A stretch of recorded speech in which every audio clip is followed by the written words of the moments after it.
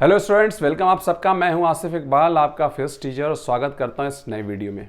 आज हम लोग पढ़ने वाले हैं ऑप्टिक्स का, वेव ऑप्टिक्स का नया लेक्चर 5, और आज हम डिस्कस करेंगे डिफ्रैक्शन ऑफ लाइट के बारे में। आई होप आपने यंग डबल स्लिट एक्सपेरिमेंट और इंटरफेरेंस ऑफ लाइट के बारे में पढ़ लिया होगा, क्योंकि कहानी उसी से जुड़ी हुई है, बात उसी से आगे आपकी शुरू होने वाली है। तो बिना किसी देरी के शुरू करते हैं। आप लोग व्यवस्थित हो जाइए, डिसिप्लिन्ड हो जाइए। सबसे पहले यह समझते हैं कि डिफ्रैक्शन है क्या चीज। What is diffraction? Clear? What is diffraction? Diffraction क्या है? देखिए, हम लोग ये जानते हैं कि जैसे लाइट के बारे में अगर मैं बात करूं तो लाइट जो है वो सीधी रेखा में चलती है, स्ट्रेट लाइन में चलती है। पर कुछ ऑब्जर्वेशन हुए जहां पर यह बात फेल होती हुई दिखाई दी। जैसे अगर देखा यह गया कि एक स्क्रीन लगाया गया, स्क्रीन के सामने हमने क्या किया कि एक ऑब्स्टेकल लगाया, मान लीजिए ये गोल सा ऑब्स्टेकल। तो हमारे हिसाब से क्या होना चाहिए कि लाइट जो है वो यहां बिल्कुल ओपेक ऑब्स्टेकल, ओपेक है, तो यहां हमें लाइट नहीं मिलनी चाहिए और इसके बाद हमें लाइट मिलनी चाहिए। राइट? सीधी रेखा में चलती है ना, बिल्कुल। ये वाली भी चली जाएगी, सपोज कर लीजिए ये भी चली गई, और ऐसे मिलनी चाहिए। यानी हमको यहां पर कंप्लीट जितना इसका डायमीटर है इतना यहां डार्क मिलना चाहिए। पर ऐसा हुआ नहीं भाई और बहनों। ऑब्जर्व ये हुआ कि ये थोड़ा सा बेंड कर गई, यानी यहां पर भी आपको लाइट ऑब्जर्व होने लगी। ये तभी हो सकता है जब लाइट बेंड कर जाए। एक ओपेक के साथ साथ एक होल में भी ऐसा हुआ। जैसे आप यहां पर क्या करें कि एक बोर्ड ले लें, उस बोर्ड में कोई होल बना दें और आप यहां स्क्रीन लगा दें। हमारी पढ़ाई कहती है कि इसके अंदर ही से लाइट जाएगी, तो यहां पर एक स्पॉट बनना चाहिए। लेकिन अगर यहां वाली लाइट देखी जाए तो यहां पर डार्क रीजन आना चाहिए। पर ऐसा ऑब्जर्व किया गया कि ये यहां पर भी कुछ लाइट आपको ऑब्जर्व हुई। राइट? इसका मतलब यह हुआ कि जो लाइट है वो बेंड हो रही है। किसी शार्प एज से टकरा करके बेंड होने की जो घटना होती है, जो इवेंट होती है, उसे हम क्या कहते हैं? डिफ्रैक्शन कहते हैं। किसी भी शार्प एज से टकराना और टकरा करके बेंड हो जाना, हम उसी को डिफ्रैक्शन कहते हैं। अच्छा, डिफ्रैक्शन किसका होता है? डिफ्रैक्शन हर मैकेनिकल वेव का होता है और हर ईएम वेव का भी होता है। इवन डिफ्रैक्शन मैटर वेव का भी होता है। ऐसा नहीं है कि डिफ्रैक्शन मैटर वेव का नहीं होता है, डिफ्रैक्शन मैटर वेव का भी होता है। तो diffraction mechanical wave, EM wave और मैटर वेव सभी का होता है। मैकेनिकल वेव से मतलब जैसे हम लोगों के लिए साउंड होगा, इलेक्ट्रोमैग्नेटिक वेव मतलब लाइट है, एक्सरे है, कोई भी है, और मैटर वेव तो आप जानते ही हैं, मैटर वेव का भी डिफ्रैक्शन होता है। भाई और बहनों, डिफ्रैक्शन में एक चीज और ऑब्जर्व की गई कि जब किसी एज से लाइट रे टकराई और टकराने के बाद जब इस रीजन में गई तो यहां पर फ्रिंजेस ऑब्टेन हुए, डार्क और ब्राइट फ्रिंजेस। अब इसके पीछे रीजन क्या है उसका जिक्र मैं करूंगा, लेकिन वो फ्रिंजेस भी ऑब्टेन्ड हुए। राइट? तो इसका मतलब यह हुआ कि अगर शार्प एज है तो शार्प एज से वेव टकरा करके बेंड होती है। कौन सी वेव बेंड होती है? Mechanical, electromagnetic, matter wave. पर बेंड होने की एक सबसे बड़ी शर्त यह है कि जो एज होता है, एज कह लो, और अगर कोई एपर्चर है या एपर्चर कह लो, एज या एपर्चर, बेंड होगी तो किसी एज से बेंड होगी या किसी एपर्चर से बेंड होगी। तो एज या एपर्चर से जब बेंड होना है तो उसका जो डायमेंशन है, उसका जो साइज है, वो वेवलेंथ के ऑर्डर में होना चाहिए। अगर वेवलेंथ के ऑर्डर में नहीं है तो बेंड होना मुश्किल है। क्लियर है? जैसे मान लीजिए एक छोटा सा एग्जांपल है, हालांकि हाइपोथेटिकल एग्जांपल है, फिर भी समझ लीजिए। मान लीजिए कोई दीवार है और एक व्यक्ति है, बहुत पतला सा व्यक्ति है, अगर पतला सा व्यक्ति जा करके इस मोटी दीवार से टकराएगा तो ये इसी दीवार पे रह जाएगा, लेकिन अगर एक मोटा व्यक्ति जाएगा तो पलट जाएगा। यानी इसके साइज, दीवार के साइज का होना चाहिए तभी बेंडिंग होगी, राइट। वो व्यक्ति का साइज, यानी जो भी चीज है उसका साइज, उसका डायमेंशन और इस एज का डायमेंशन ऑलमोस्ट सेम होना चाहिए तभी बेंडिंग पॉसिबल होती है।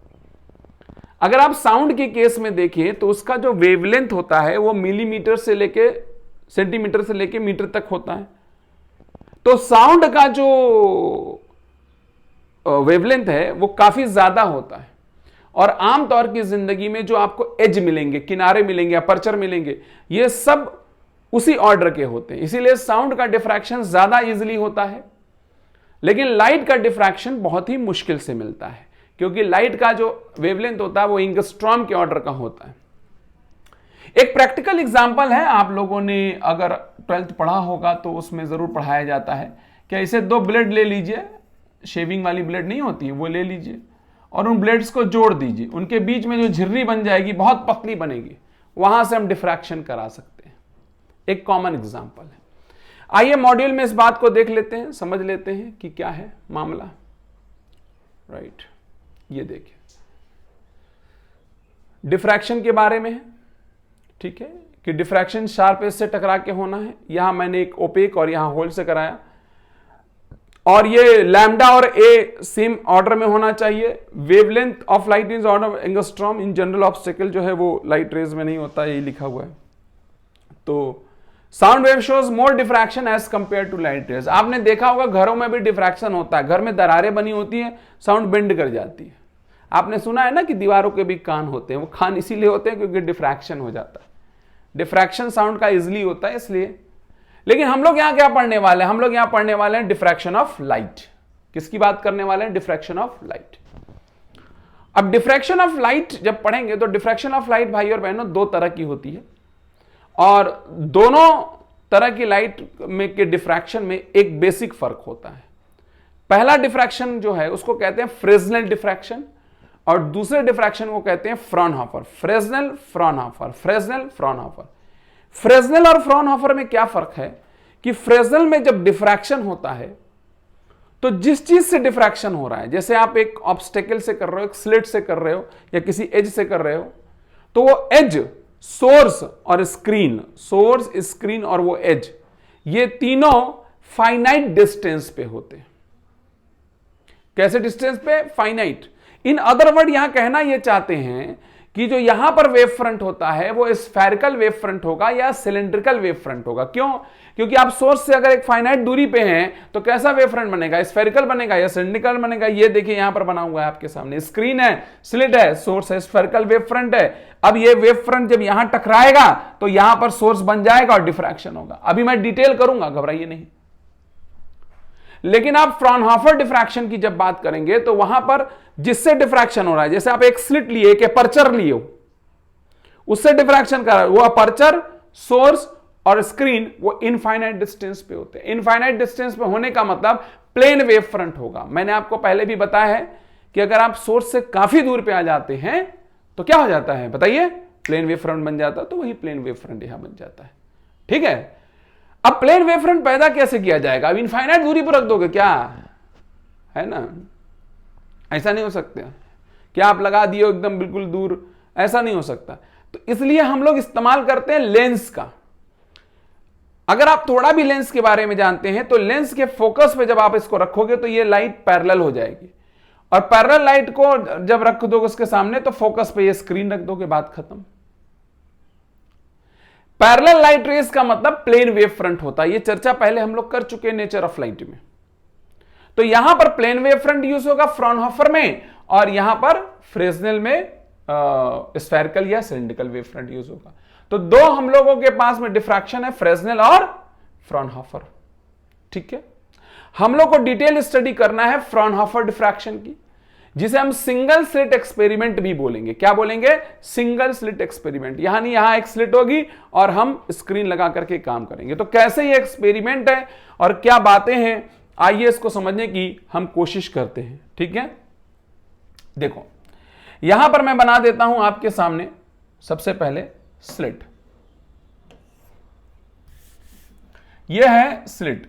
मतलब आप इसको थोड़ा इमेजिन अगर नहीं कर पा रहे हैं तो मैं इमेजिन करवा दे रहा हूं कि एक बोर्ड है और उस बोर्ड में पतली सी झिर्री है। ये लो, दिस वन। ये काफी मैंने चौड़ा बना दिया है ताकि आपको समझ में आए। इतना चौड़ा होगा नहीं, बहुत पतला होता है, ठीक। और सामने है स्क्रीन, ये लो, ठीक। और हमने प्लेन वेव फ्रंट का इस्तेमाल किया है, यानी जो लाइट आ रही है वो कैसी आ रही है भाई और बहनों? पैरेलल लाइट रेज आ रही है।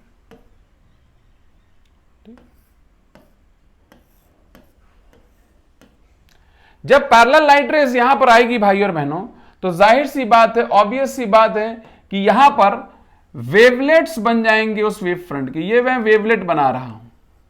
कितने वेवलेट होंगे? बहुत ढेर सारे होंगे, राइट। मैं मान लेता हूं 200 वेवलेट, आपकी मर्जी है। हम लोग पढ़ रहे हैं सिंगल स्लिट एक्सपेरिमेंट। हमने 200 वेवलेट्स मान लिए हैं। आप 100 मान लो, 5000 मान लो, मर्जी आपकी। इतने कम नहीं होते लेकिन फिर भी चलो ठीक ठीक।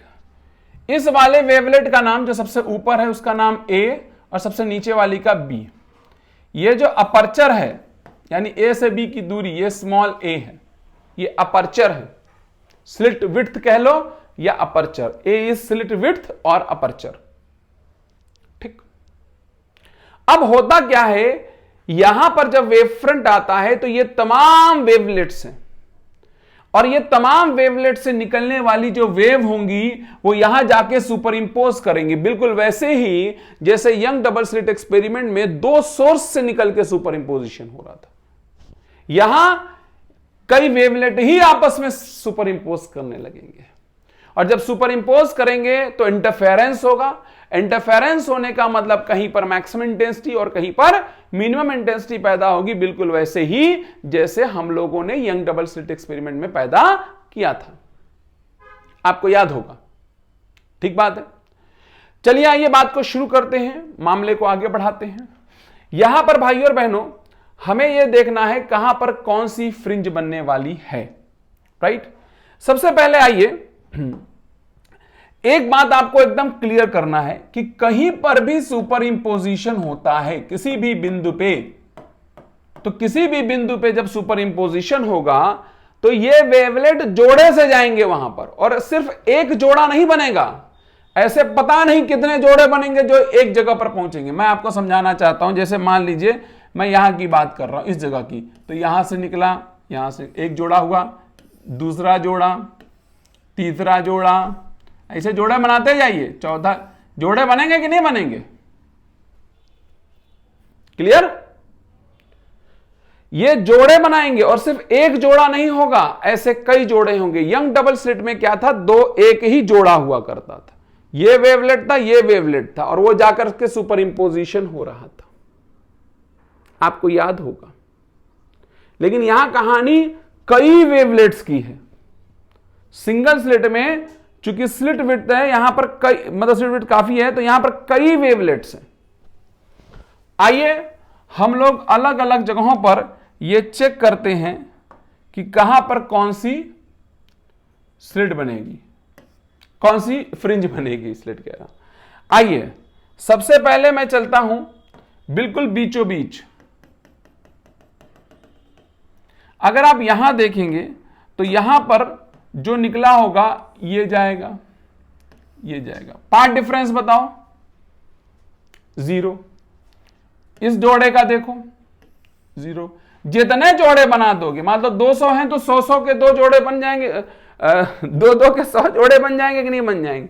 100 जोड़े आएंगे, और इन 100 जोड़े का जो यहां पर पाथ डिफरेंस आने वाला है भाई और बहनों, वो क्या आएगा? 0।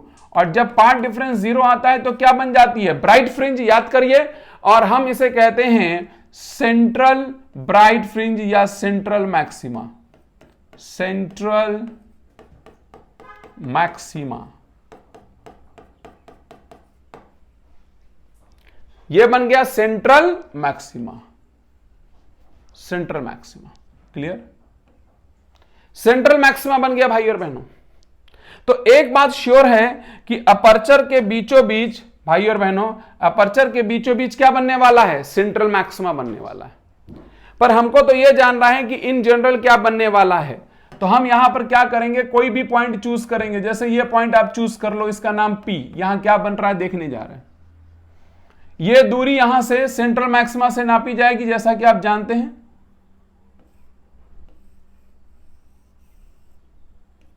सेंट्रल मैक्सिमा से नापी जाएगी, इस दूरी को मैं y बोलूंगा।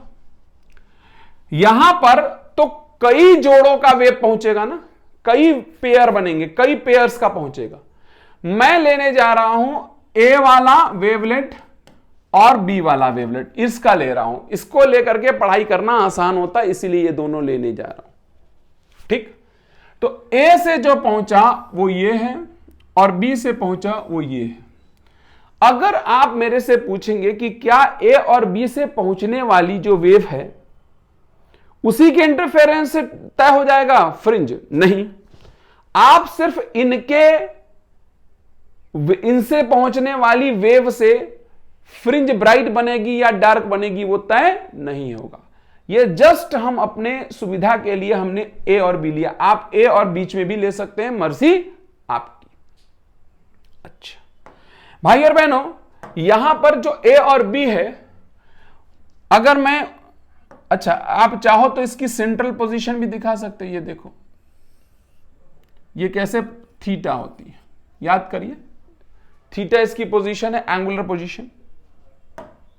चलो हम यहां पर परपेंडिकुलर खींचेंगे, बिल्कुल वही काम कर रहे हैं जो आपने यंग में किया था। मान लीजिए ये n है, इसके आगे का जो पाथ होगा वो सेम आएगा। तो ये जो पाथ डिफरेंस होगा, ये पाथ डिफरेंस किस किस वेव के लिए है? जो ए और बी वेवलेट से पहुंच रही है। आप इस गलत फहमी का शिकार मत होइएगा कि ये पे पी पर पहुंचने वाला एक्चुअल पाथ डिफरेंस है या पी पे पहुंचने वाली वेव का एकमात्र पाथ डिफरेंस है। नहीं, ये कभी भी यहां पर फ्रिंज तय नहीं करेगा। समझ लीजिए, बहुत ही इंपॉर्टेंट, ये यहां पर फ्रिंज अकेले नहीं तय करेगा, और भी लोग होंगे वो मिलकर के फ्रिंज तय करेंगे। क्लियर? हां, इसकी एक पर्टिकुलर वैल्यू होगी, लेकिन बाकियों का भी जो जोड़ा बनेगा उसका भी तो वहां जाने पर कोई ना कोई पार्ट डिफरेंस आएगा, मिला जुला करके जो आएगा उससे तय होगा। वो कैसे तय होता है चिंता मत करिए। आइए सबसे पहले मैं इसको निकालता हूं। अगर ये थीटा है तो ये 90 माइनस थीटा हुआ और ये कितना हो गया? थीटा। अगर मैं इसको यहां मिला दूं, आप गौर करिए, ये थीटा, ये 90 माइनस थीटा और ये 90 होगा ना यहां पर भी, तो ये थीटा हो गया। इस ट्रायंगल को देखो, साइन थीटा बराबर में क्या होगा बोलो? साइन थीटा बराबर परपेंडिकुलर यानी डेल्टा एक्स बाई में ए। तो डेल्टा एक्स बराबर क्या आ गया? ए साइन थीटा। या तो ये कह लो या तो ये कह लो। ठीक, इनके बीच का जो सेपरेशन है वो कैपिटल डी है, स्क्रीन और स्लिट के बीच का। ठीक, कोई दिक्कत की बात नहीं है। ठीक, अगर हम और पढ़ना चाहें तो हम ये पढ़ सकते हैं कि tan थीटा बराबर y बाई डी आएगा। tan थीटा बराबर y बाई कैपिटल डी। अगर थीटा बहुत छोटा होता है तो साइन थीटा और tan थीटा बराबर होता है। साइन थीटा और tan थीटा लगभग लगभग क्या होता है? बराबर होता है। अगर थीटा बहुत छोटा, आप खुद सोच लो ना, जब थीटा बहुत छोटा होगा तो ये sine theta this by this होगा और tan theta this by this, तो ये और ये लगभग लगभग बराबर होंगे ना। हाइपोटेन्यूज और बेस लगभग लगभग बराबर हो जाएंगे, इतना छोटा एंगल बनेगा तो। क्लियर? तो भाई और बहनों, यहां आप लिख सकते हैं वाई डी बाई में, वाई बाई डी बराबर में डेल्टा एक्स बाई ए। तो y की वैल्यू क्या बन जाएगी बताओ? डेल्टा x इंटू में डी बाई ए। अब हमारे सामने दो चैलेंज है। चैलेंज नंबर 1, अगर हमको इसकी एंगुलर पोजीशन जाननी है, वहां पर कौन बन रहा है, तो हमें डेल्टा एक्स जानना है, और हमें y जानना है तो भी डेल्टा एक्स जानना है। यानी अब हमारा ऑब्जेक्टिव यह है कि ए और बी से जाने वाली वेवलेट, ए और बी वेवलेट से जाने वाली वेव का पाथ डिफरेंस क्या हो कि यहां ब्राइट बने, क्या हो कि यहां डार्क बने, तभी आपको ब्राइट और डार्क यानी मैक्सिमा और मिनिमा का पता चलने वाला है। आइए आपके सामने इसको थोड़ा मैं स्लाइड करता हूं क्योंकि ये फिगर की जरूरत पड़ेगी मुझे। सबसे पहले मैं आपको बताने जा रहा हूं फॉर मिनिमा। मिनिमा का मतलब होता है डार्क फ्रिंज। अगर ये डेल्टा एक्स लैम्डा के बराबर हो जाए तो यहां पर डार्क फ्रिंज बनेगा। अब कई लोगों का दिमाग ही खराब हो जाएगा, यार यंग डबल स्लिट में तो लैम्डा पे कंस्ट्रक्टिव इंटरफेरेंस होता था, ब्राइट फ्रिंज बनती थी। यहां बोल रहे हैं कि मिनिमा होगा, डार्क बनेगा, कैसे समझिएगा। मैंने पहले ही बता दिया कि यहां पर सिर्फ इसका और इसका पाथ डिफरेंस जिम्मेदार नहीं है, जोड़ा बनाना पड़ेगा आपको। अगर लैम्डा है तो आप लैम्डा बाई आप जोड़े बनाइए ना। 200 अगर वेवलेट है तो कितने जोड़े बन जाएंगे? 100 जोड़े बन जाएंगे, 2-2 के 100 जोड़े बनेंगे। सोचिए तो हम यहां से ये मान लीजिए पहला जोड़ा है और ये 100 है, यानी पहला वाला जोड़ा बना लेगा 101 से, दूसरा वाला 102 से, तीसरा वाला 103 से, इसे बनाता चला जाएगा।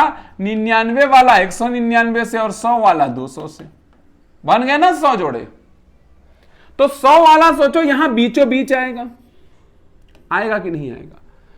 अगर यहां पर पाथ डिफरेंस लैम्डा है तो ये वाला पाथ डिफरेंस कितना आएगा? आप बुद्धि का इस्तेमाल कर लीजिए, आपको समझ में आ जाएगा। भाई इसके और इसका पार्ट डिफरेंस यहां अगर ये लैम्डा है तो ये लैम्डा बाई 2, अगर मैंने लैम्डा मान लिया भी तो ये कितना हो गया? Lambda by 2। यानी अगर आपने 100 जोड़े बना लिए तो 100 के 100 जोड़ों का जो पार्ट डिफरेंस यहां आने वाला है वो कितना आने वाला है? Lambda by 2। और लैम्डा बाई 2 पे क्या होता है? डार्क या ब्राइट? Dark fringe. यानी यह कहना चाहिए कि अगर ए और बी का पार्ट डिफरेंस यहां पर लैम्डा होगा तो actual path difference lambda by 2 होगा। एक्चुअल पार्ट डिफरेंस सिर्फ इनसे तय नहीं होगा, क्योंकि सिर्फ इस वेवलेट की लाइट यहां नहीं पहुंच रही है, इनकी भी तो पहुंच रही है। इनका क्या कसूर? तो आपको यह देखना पड़ेगा कितने जोड़े बन रहे हैं, उन्हीं जोड़ों के हिसाब से आप काम करेंगे। ठीक, समझ में आ गया? तो ये मिनिमा की कहानी है, डेल्टा एक्स लैम्डा। अच्छा, लैम्डा के बजाय अगर मैं 2 लैम्डा ले लूं तो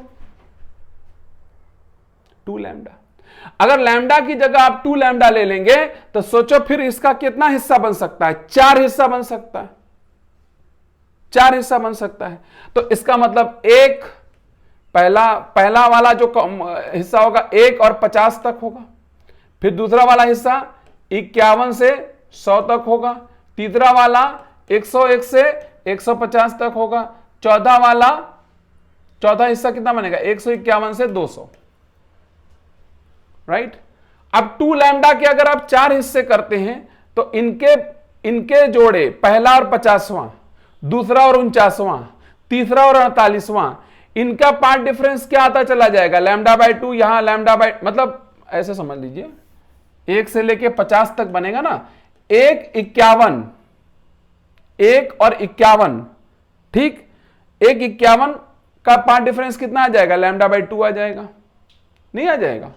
भाई आपने 1 2 ऐसे आप 200 जोड़े बना लो, 200 बना लो, और आपको 4 जोड़े बनाने, 4 जोड़े बने कि नहीं बन गए? 4 जोड़े बन गए, लैम्डा बाई 2 के जोड़े बनाते जाइए। तो पहला और 51वां लैम्डा बाई 2 क्रिएट करेगा, दूसरा 52वां लैम्डा बाई 2 क्रिएट करेगा, तीसरा 53वां लैम्डा बाई 2 क्रिएट करेगा, ऐसे 50वां 100वां करेगा। ठीक इसी तरीके से यहां भी जोड़े बन जाएंगे। तो ये 2 जोड़े मिलकर के लैम्डा बाई 2 क्रिएट कर लेंगे, ये 2 जोड़े मिलकर के लैम्डा बाई 2 क्रिएट करेंगे, यानी ये प्योर डार्क बना देंगे, यहां भी प्योर डार्क बना देंगे, तो 2 लैम्डा पे प्योर डार्क बन जाएगा। ऐसे ही आप आगे बढ़ते चले जाइए, है ना? लैम्डा बाई 2 3 लैम्डा पे भी बन जाएगा, 3 लैम्डा पे 6 जोड़े बन जाएंगे। आप 200 को 6 जोड़े में भाग दीजिए, काम हो जाएगा। समझ में आ रहा है? यानी इन वेवलेंथ, अगर ये पाथ डिफरेंस किसका है, एक्चुअल नहीं है ये, फिर वही बात, गलत फैमिली का शिकार कतई ना हो। ये ए और बी का पार्ट डिफरेंस है, ए और बी से जाने वाली वेव का पार्ट डिफरेंस है, ये एक्चुअल पार्ट डिफरेंस नहीं है भाई और बहनों। ये यंग वाले की तरह नहीं है, गलत फहमी मत पालिएगा। तो डेल्टा एक्स किसके लिए, किसका पार्ट डिफरेंस, ए और बी का पार्ट है। ए और सी का पढ़ते या बीच का पढ़ते तो कुछ और होता, लैम्डा टू लैम्डा। ठीक, अगर हुआ तो क्या बनेगा, मिनिमा बनेगा। अगर जनरलाइज कर दो तो डेल्टा एक्स बराबर यहां पर एन लैम्डा होना चाहिए। ठीक, या एन की वैल्यू 1 2 3 सो ऑन। क्लियर, समझ में आ गया? अभी हम लोग मिनिमा की पोजीशंस निकालेंगे, आप चिंता मत करिए। अभी तो हम पार्ट डिफरेंस को समझ रहे हैं सिर्फ, कि अगर ए और बी से पहुंचने वाली वेवलेट का पार्ट डिफरेंस ये होगा तो वहां मिनिमा बनेगा। अच्छा, मैक्सिमा के लिए क्या है भाई? देखो, सेंट्रल मैक्सिमा की कहानी तो खत्म हो चुकी है, तो अब मैं सेंट्रल मैक्सिमा की बात नहीं करूंगा।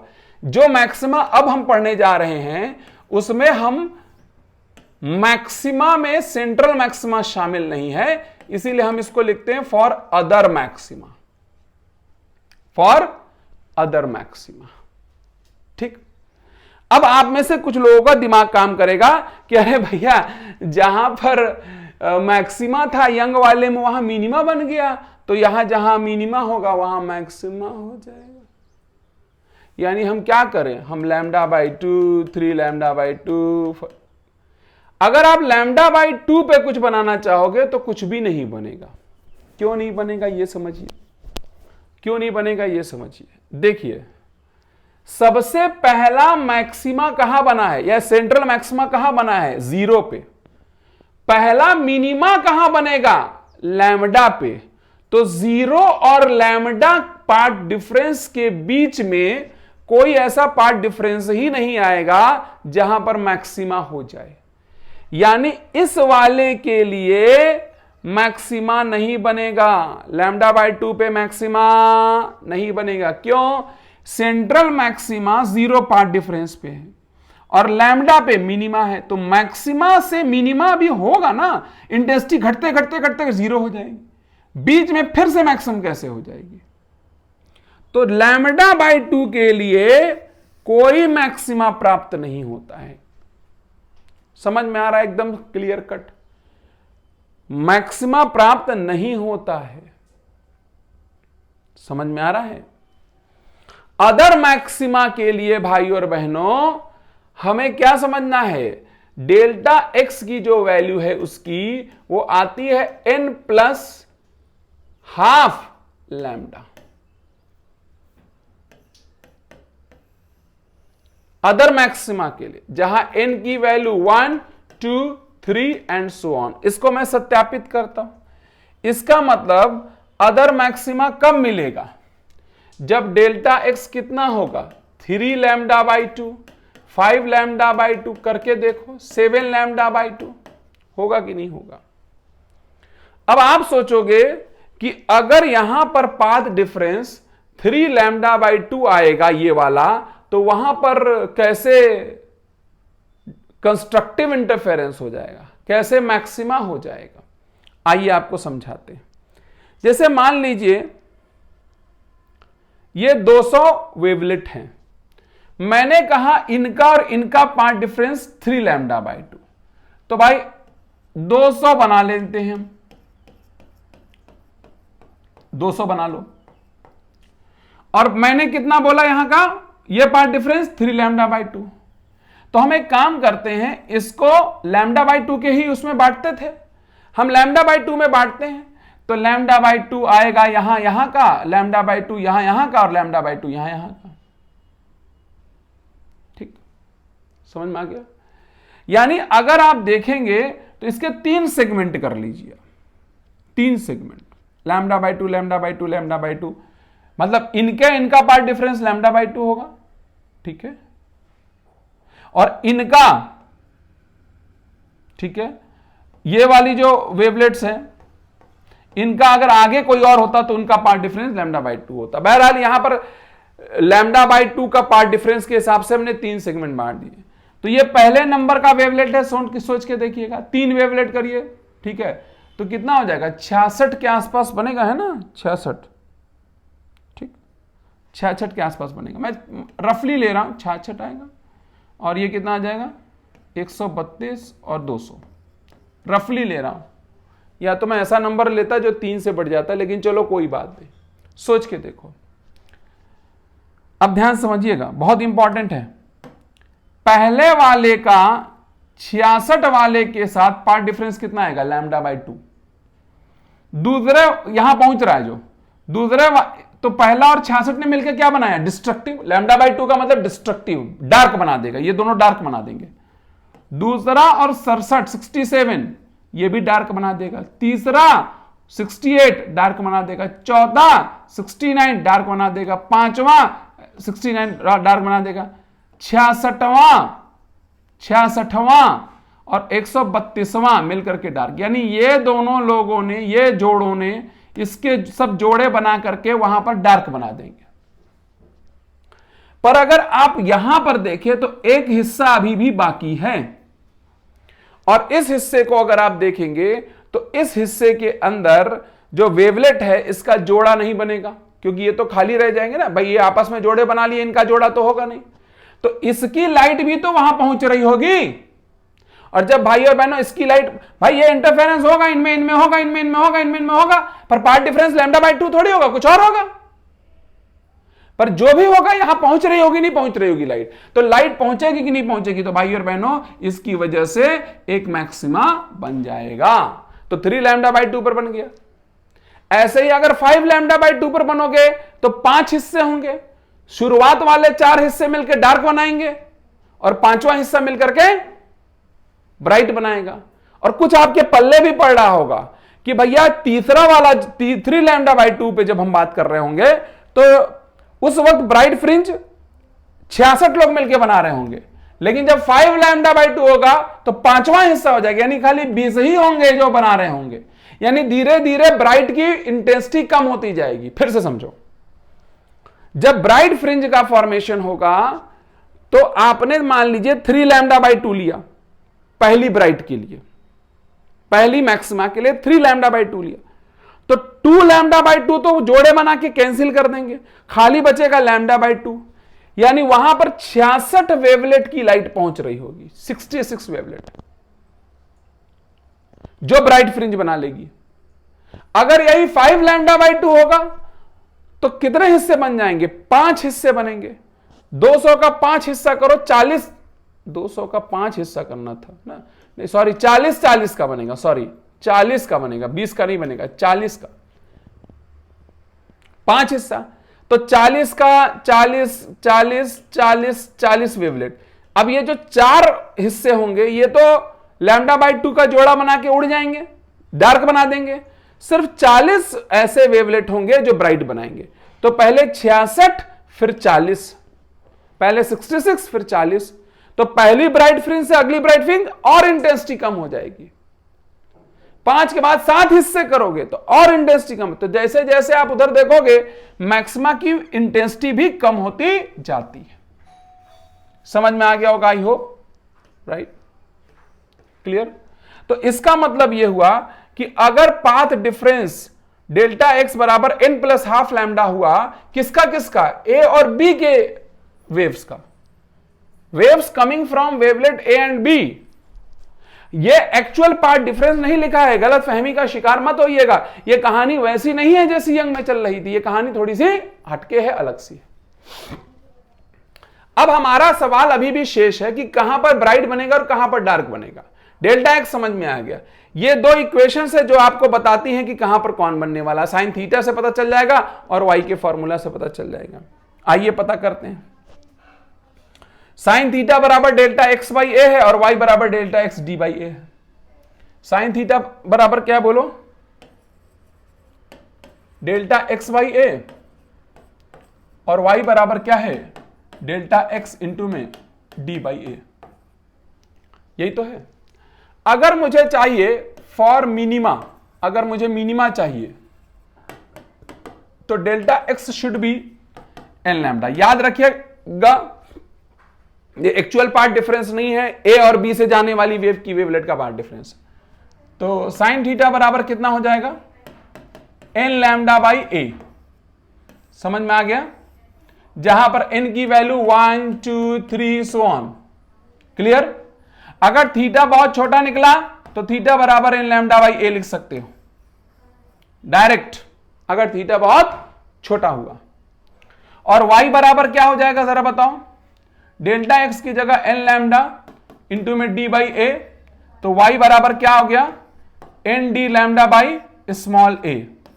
यानी अगर आप देख पा रहे हो तो आप समझ रहे होगे कि जैसा कैलकुलेशन वहां ब्राइट में आया था वैसा कैलकुलेशन यहां डार्क में आ रहा है। ठीक है, जैसा कैलकुलेशन वहां ब्राइट में आया था वैसा कैलकुलेशन यहां डार्क में आ रहा है। y बराबर n d lambda by a का मतलब हुआ y बराबर d lambda by a, 2d lambda by a, 3d lambda by a, इन सब पे आपको क्या मिलने वाला है, डार्क फ्रिंज मिलने वाला है या मिनिमा मिलने वाला है। अगर मैं यही कहानी मैक्सिमा के लिए पढ़ूं, फॉर मैक्सिमा, अगर भाई और बहनों मैं मैक्सिमा की आपसे बात करूं तो वहां डेल्टा एक्स की वैल्यू क्या हमने निकाली थी, एन प्लस हाफ लैम्डा, और इस हिसाब से साइन थीटा बराबर में क्या हो जाएगा, जल्दी बता दें, एन प्लस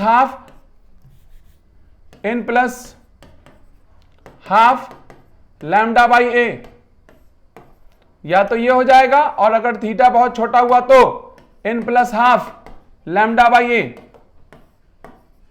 ठीक। और भाई और बहनों y बराबर क्या हो जाएगा, n plus half d lambda by a. समझ में आ गया। आप n की वैल्यू क्या रखोगे, 1 2 3 सो ऑन, 1 2 3 4 5 6 7 8 9 इस तरीके से वैल्यू पुट की जाएगी। समझ में आ गया। यानी अगर आप y की वैल्यू देखो 1 रखोगे तो कितना आ जाएगा, 3/2 d lambda by a, 5/2 d lambda by a. इन सब जगहों पर आपको मिनिमा मिलने वाला है। एक बात अपने को समझ में आ गई है, जो सेंट्रल मैक्सिमम होगा उसकी इंटेंसिटी अलग आएगी और उसकी पढ़ाई भी अलग होती है, बाकी की इंटेंसिटी कम होती चली जाती है डिफ्रैक्शन पैटर्न के अंदर। राइट। आइए आपके सामने अब डिफ्रैक्शन पैटर्न बनाते हैं। डिफ्रैक्शन पैटर्न, डिफ्रैक्शन पैटर्न कैसे बनेगा वो देख लो, समझिएगा। यह है स्लिट और यह स्क्रीन, यह स्लिट का बिल्कुल बीच वाला हिस्सा है और यह तो अपर्चर है ए। समझिएगा।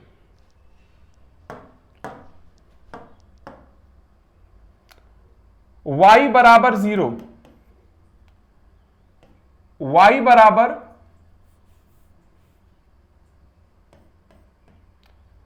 बराबर डी लैम्डा बाई ए, उधर भी और इधर भी, y बराबर डी लैम्डा बाई ए। उसके बाद क्या आएगा, y बराबर में 3d लैम्डा बाई ए, और यहां क्या आ जाएगा, y बराबर में 3d lambda by A.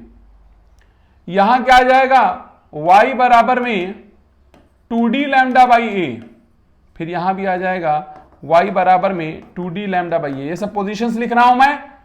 y बराबर में 5d लैम्डा बाई 2a, यहां भी ऐसे ही आ जाएगा y। और आगे आप पढ़ना चाहो पढ़ते रहो।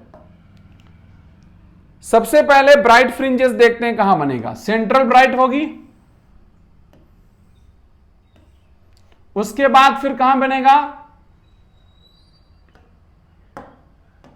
यहां 2 होगा, 3/2 होगा ना, फिर बनेगी 3/2 पे,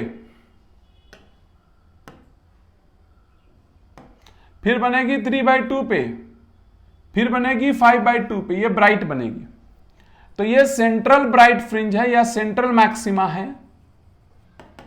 ये फर्स्ट मैक्सिमा है, ये सेकेंड मैक्सिमा है, एंड सो ऑन। इधर के लिए भी यहां पर 2 होगा, यहां पर बनेगी ब्राइट और यहां पर भी ब्राइट। ये भी है फर्स्ट मैक्सिमा इधर के लिए, और यहां पर भी है सेकेंड मैक्सिमा। मिनिमा बनाते हैं। मिनिमा जो बनेगा डी लैम्डा बाई ए पर बनेगा। दिस इज फर्स्ट मिनिमा, यहां पर सेकेंड मिनिमा, यहां पर फर्स्ट मिनिमा, यहां पर सेकेंड मिनिमा। ठीक बात है।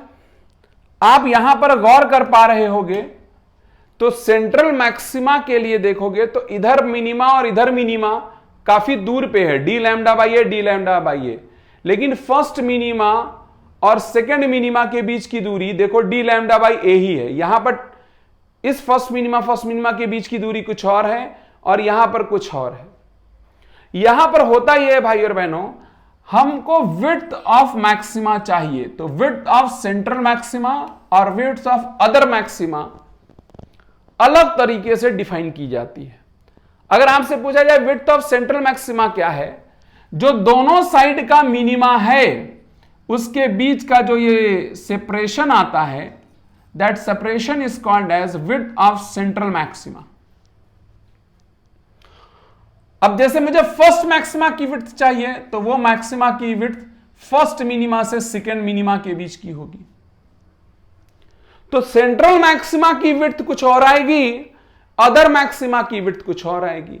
ये है डी लैम्डा बाई ए, ये है डी लैम्डा बाई ए, तो सेंट्रल मैक्सिमा की जो विड्थ आ जाएगी वो आएगी 2d lambda by A. Very important.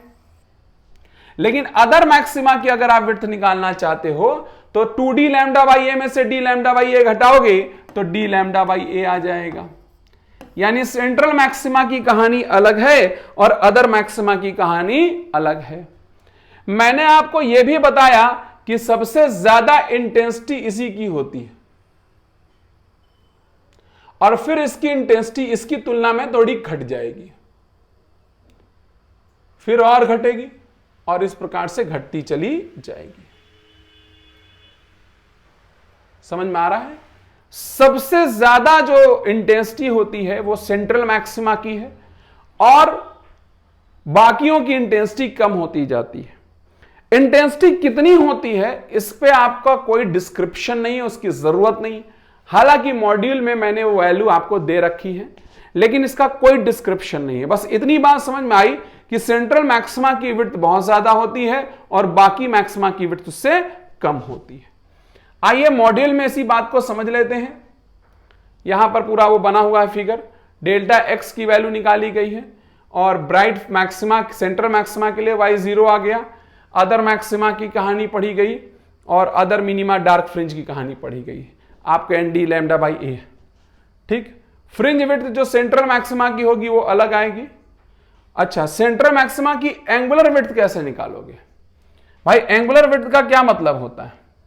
यानी यहां पर जो ये एंगल बना रहा होगा ना सेंट्रल मैक्सिमा, दिस वन, इसको मैं अल्फा कहता हूं। ये अल्फा निकालोगे कैसे? जो आपने बीटा नॉट निकाल रखा है बाई में डी, अरे ये दूरी कैपिटल डी, कोण बराबर चाप बटे त्रिज्या, angle is equal to arc upon radius, right? इसको डी से भाग दे दो, 2 लैम्डा बाई ए हो जाएगा। ठीक, ये है एंगुलर विड्थ। बाकी और किसी की एंगुलर विड्थ निकालना है, इसको भी भाग दे दो लैम्डा बाई ए। समझ में आ रहा है? आओ, तो यहां पर भाई और बहनों सेंट्रल मैक्सिमा की जो कहानी है वो 2d lambda by A width है और सेंट्रल मैक्सिमा की एंगुलर विड्थ भी यहां है। कोई और मैक्सिमा है तो d लैम्डा बाई ए है ना, और यहां पर लिखा हुआ है विड्थ ऑफ फर्स्ट मैक्सिमा जैसे निकाला गया है। ठीक, समझ आ गया? इस तरह से कहानी हमने की। सेकेंड मिनिमा और फर्स्ट मिनिमा के बीच का डिफरेंस निकाल दिया गया, वो फर्स्ट मैक्सिमा का विड्थ आ गया। क्लियर? डिफ्रैक्शन पैटर्न में मैंने बताया सबसे ज्यादा इंटेंसिटी सेंट्रल मैक्सिमा की, बाकी की इंटेंसिटी कम होती चली जाएगी। मैंने आपसे कहा था कि फॉर्मूला लिखा होगा, ये देखिए फॉर्मूला भाई और बहनों, सिंपल सा फॉर्मूला है। I बराबर में ये फॉर्मूला, इसको याद करने की कोई जरूरत नहीं है, 2/2n+1 pi whole square I naught. I naught central maxima की विड्थ है, इंटेंसिटी है, और n जो है नंबर ऑफ मैक्सिमा है, जो भी दूसरा हो तीसरा हो। जैसे पहले मैक्सिमा की क्या इंटेंसिटी आएगी, तो यहां पर 1 रखोगे तो ये 3 बन जाएगा, 2/3 पाई, तो 2 का स्क्वायर 4, और नीचे हो गया 3 का स्क्वायर 9 पाई स्क्वायर इनटू में I नॉट। और अगर आप इसको ठीक से करते हो तो ये I नॉट बाई 22 लगभग आता है। तो ये फर्स्ट मैक्सिमा, सेकंड रखोगे सेकंड मैक्सिमा, इसे देखो कम होती जा रही है इंटेंसिटी, I नॉट बाई 22 है, I नॉट बाई 61 है। ये आपको याद करने की जरूरत नहीं है, जस्ट आपको दे दिया गया है, ठीक है।